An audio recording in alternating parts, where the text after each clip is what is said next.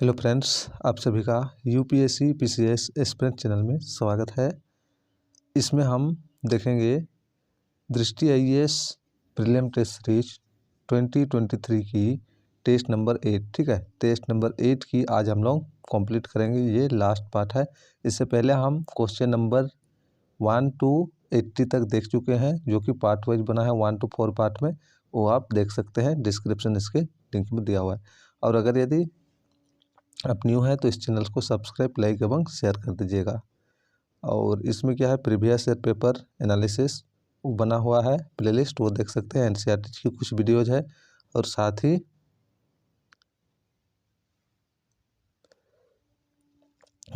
क्या है, आप ये भी देख सकते हैं, पर्यावरण एवं परिस्थिति की वीडियो बन रहा है, वो भी देख सकते हैं। तो चलिए स्टार्ट करते हैं वीडियो को। तो ये देख सकते हैं आज की जो क्वेश्चन हम लोग 80 तक तो कर चुके हैं, 81 से देखेंगे।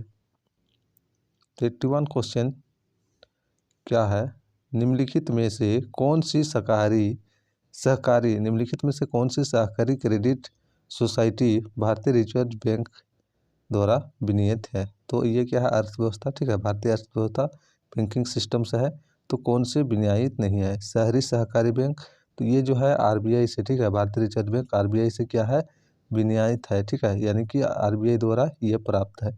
तो ये तो है राज्य सहकारी बैंक, ये भी जिला केंद्रीय सहकारी बैंक, तो ये क्या है, रिजर्व बैंक द्वारा विनियमित है।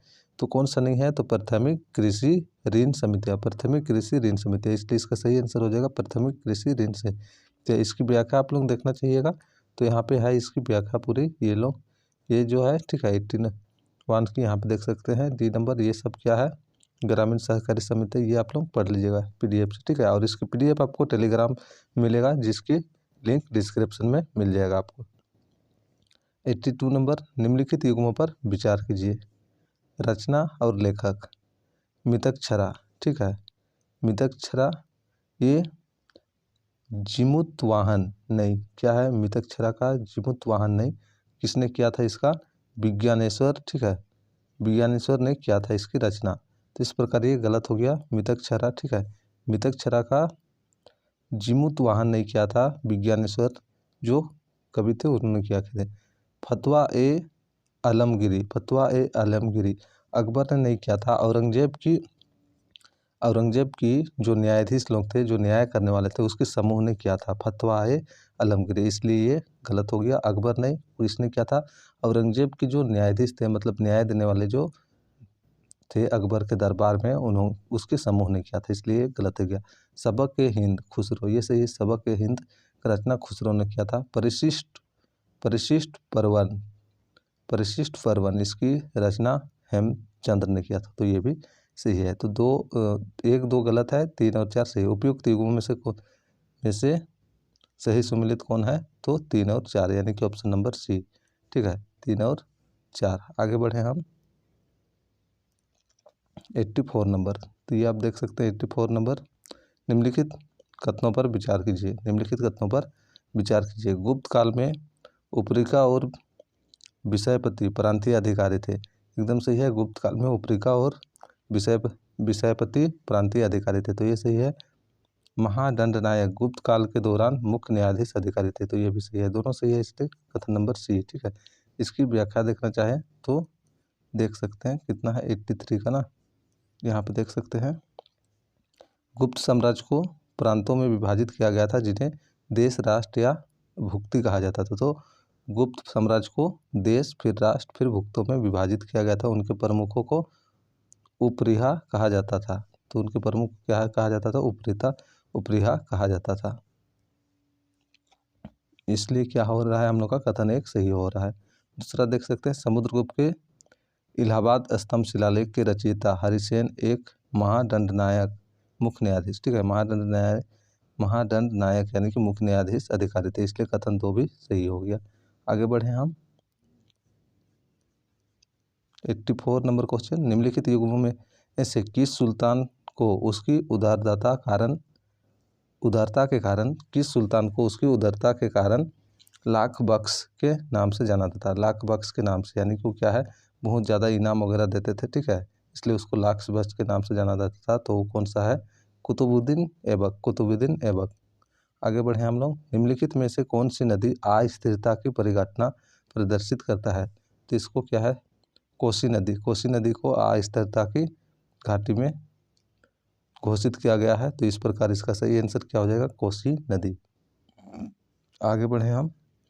प्राचीन भारत के निम्नलिखित शासकों में से किस वंश की शासकों ने दक्षिण पथपति की उपाधि धारण किया था? तो ये सातवाहन, ठीक है। कौन सी शासक ने? तो सातवाहन के शासक ने, यानी कि बी नंबर सही हो गया।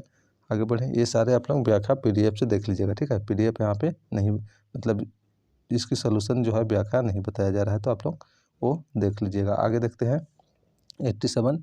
निम्नलिखित में से कौन सा कथन डेल्फी का सबसे सटीक वर्णन करता है जिसे कभी कभी समाचारों में देखा गया? तो डेल्फी, ठीक है, यह आईआईटी बॉम्बे द्वारा विकसित एक ग्लोबल पोजिशनिंग डिवाइस प्रणाली है। या सीएटएल यानी कि संयुक्त राज्य अमेरिका में अनुसंधानकर्ताओं द्वारा विकसित एक आर्टिफिशियल इंटेलिजेंस प्रणाली है। तो यही सही है, ठीक है। तो डेल्फी क्या है? सीएटएल में अनुसंधानकर्ताओं द्वारा विकसित एक आर्टिफिशियल इंटेलिजेंस प्रणाली है जो संयुक्त राज्य अमेरिका में है, ठीक है। तो इस प्रकार इसका सही आंसर बी हो गया, ठीक है। आगे बढ़े हम। व्याख्या आप लोग देख लीजिएगा 88। रमाप्पा मंदिर के संबंध में निम्नलिखित कथनों में से कौन सा सही है? कौन से सही नहीं है? कौन से सही नहीं है? तो रमाप्पा मंदिर ये कहाँ है? तेलंगाना में है, ठीक है। इसे वर्ष 2021 में यूनेस्को के विश्व धरोहर स्थल घोषित किया गया। तो ये सही है, 2021 में यूनेस्को के विश्व धरोहर स्थल में नाम घोषित किया गया। तो ये सही है। इसका नाम इसके मूर्तिकार रमाप्पा के नाम रखा गया, ये भी सही है, ठीक है। इसका निर्माण वास्तुकला की त्रिकुटा शैली में किया गया। तो ये भी। भगवान राम इस मंदिर के प्रमुख देवता है। नहीं, रामेश्वर शिवलिंग, ठीक है, रामेश्वर लिंग है, रामेश्वरम लिंग यानी कि शिव, ठीक है। शिव इस मंदिर के मुख्य देवता। तो इस प्रकार इसका जो है डी नंबर गलत हो गया। आगे बढ़े 89। मध्यकालीन भारत में एक इतालवी यात्री द्वारा दिए गए निम्नलिखित विवरणों पर विचार कीजिए। नगर की परिधि 60 मील है। इसकी दीवारें पहाड़ों तक चली गई है और उसके अधोभाग में घाटियों की परिवेष्टित करती है, जिससे इसका विस्तार बढ़ जाता है। अनुमान है कि इस नगर में शस्त्र धारण करने योग्य 90,000 सैनिक है। इसका राजा भारत के अन्य सभी राजाओं से अधिक शक्तिशाली है। उपयुक्त अवतरण निम्नलिखित भारतीय शासकों में से किसको संबोधित करता है? तो ये देवराय प्रथम को। किसको करता है? देवराय प्रथम को, ठीक है। तो इस प्रकार इसका सही आंसर क्या हो गया? ऑप्शन नंबर डी, देवराय प्रथम यानी कि देवराय 1, ठीक है। इसकी व्याख्या देखना चाहे 89 तो देख सकते हैं, ठीक है। योग शासक एक तो यहाँ पे देख लीजिए। इटालियन यात्री निकोलो कॉन्टी ने वर्ष 1420 में देवराय प्रथम के शासनकाल के दौरान विजयनगर का दौरा किया था, ठीक है। विजयनगर का दौरा किया गया था और इसका वर्णन इस प्रकार किया था। तो इसी ने क्या किया था? इटालियन यात्री निकोलो कॉन्टी ने जो है विजयनगर की इस प्रकार की विवरण किया था उन्होंने। तो इसका सही आंसर क्या देखें हम लोग? देवराय प्रथम, ठीक है। आगे देखें 90 नंबर की। निम्नलिखित में से कौन सा ऐसे नैनो टेक्नोलॉजी की अनुप्रयोग है? कौन सा नैनो टेक्नोलॉजी की अनुप्रयोग है वो बताना है। फर्स्ट है, इसका उपयोग अधिक कुशल पर्यावरण सफाई के लिए किया जा सकता है। सही है। इसका उपयोग क्या है? अधिक कुशल पर्यावरण सफाई के लिए किया जा सकता है। इसका उपयोग मनाव प्रणाली में अधिक कुशल दवा वितरण के लिए किया जा सकता है। ये भी सही है, मनाव, ठीक है। मनाव प्रणाली में अधिक कुशल दवा वितरण के लिए किया जा सकता है। 3 नंबर, सशस्त्र बलों के लिए बेहतर गुणवत्ता वाले बॉडी आर्मर का निर्माण किया जा सकता है। ये भी सही है।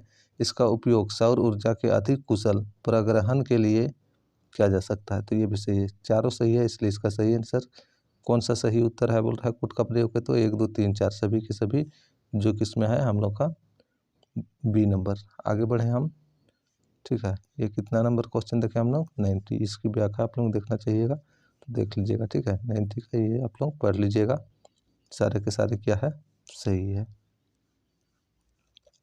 आगे बढ़े हम 91। तो 91 देख सकते हैं, जैन धर्म के संबंध में निम्नलिखित में से कौन सा कथन सही है। भगवती सूत्र में वर्धमान के माता पिता को जिन पार्श्वनाथ के अनुयायी बताया गया, तो भागवती सूत्र में नहीं, इसको क्या है, आचार रंग, ठीक है, इसको आचार रंग में बताया गया है। किसमें, आचार रंग में बताया गया है। तो इस प्रकार कथन एक गलत हो जाता है। वर्धमान को ऋजुपलिका नदी के किनारे कैवल्य की प्राप्ति हुई, कैवल्य यानी कि ज्ञान की प्राप्ति हुई, तो ये सही है, ठीक है। वर्धमान को ऋजुपलिका नदी, ठीक है, जो कौन सा, ऋजुपलिका नदी के किनारे हुआ था, तो ये क्या है, सही हो गया, ठीक है।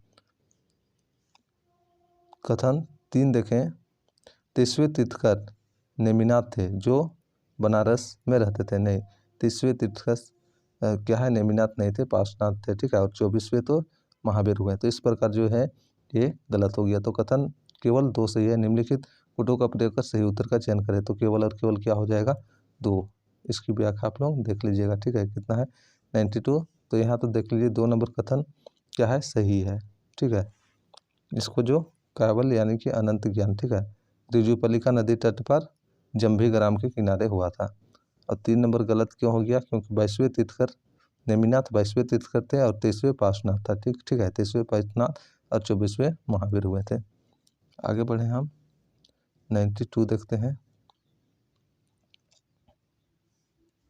प्रवाल के संदर्भ में निम्नलिखित कथनों पर विचार कीजिए। प्रवाल के संदर्भ में, प्रवाल और सवाल में परस्पर संबंध होता है। प्रवाल और सवाल में परस्पर संबंध होता है। कठोर प्रवाल गहरे और ठंडे पानी में रहते हैं। कठोर नहीं, मृदु, ठीक है, मृदु यानी कि सॉफ्ट, मुलायम प्रवाल क्या होता है, गहरे और ठंडे पानी में रहते हैं, इसलिए ये गलत हो गया और ये हम लोग का सही हो गया। तो उपयुक्त कथन का में से कौन सा या से सही है, तो केवल और केवल एक, ठीक है। व्याख्या देख लीजिएगा इसका।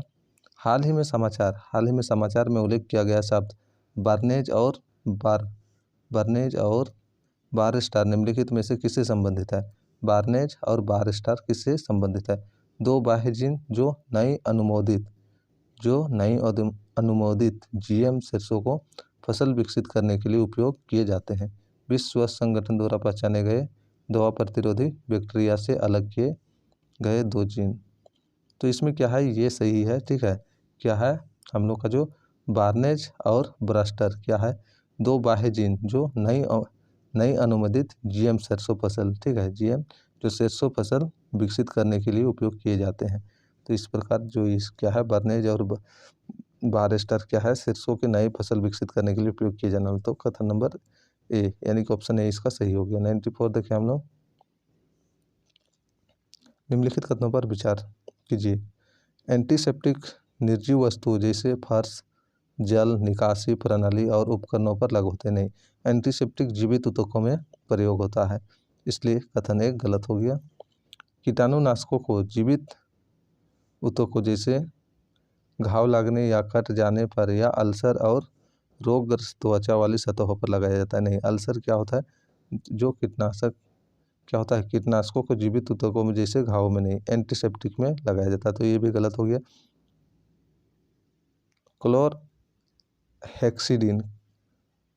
क्लोरहेक्सिडिन का उपयोग एंटीसेप्टिक और कीटनाशुनाशक दोनों के रूप में किया जाता है, तो ये सही है।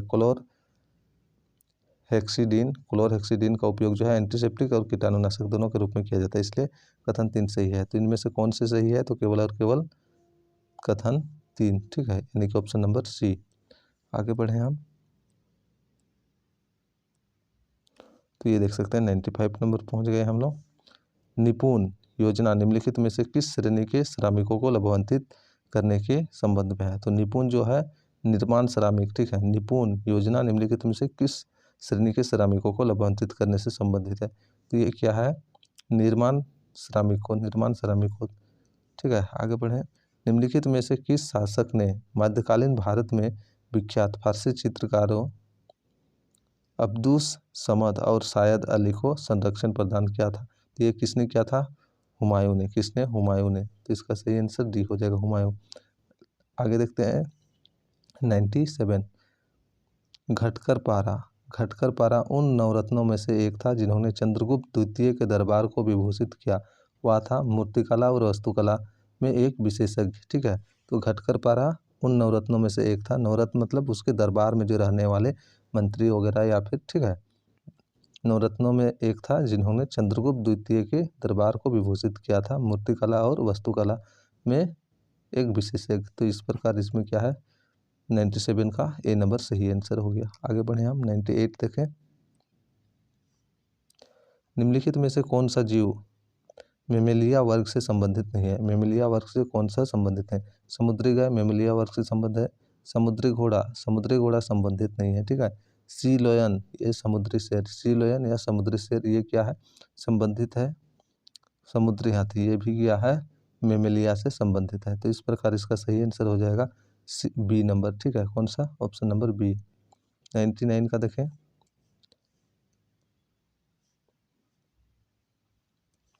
कोर सेक्टर उद्योग के संबंध में निम्नलिखित कथनों पर विचार कीजिए। कोर उद्योग सेक्टर औद्योगिक उत्पादन सूचांक IIP में शामिल मदों के भरांक में इन उद्योगों की हिस्सेदारी 55% से अधिक है। नहीं, 55% से अधिक नहीं, इसका हिस्सेदारी कितना है, 40.27% है, इसलिए ये गलत हो गया। कोर सेक्टर उद्योगों में कोयला उत्पादन का महत्व सर्वाधिक है। नहीं, यहाँ पे क्या है, पेट्रोलियम रिफाइनिंग। ठीक है, पेट्रोलियम का रिफाइनिंग होता है जिसका महत्व अधिक है, लगभग 27%, इसलिए कथन 2 भी गलत हो गया। नेक्स्ट देखें।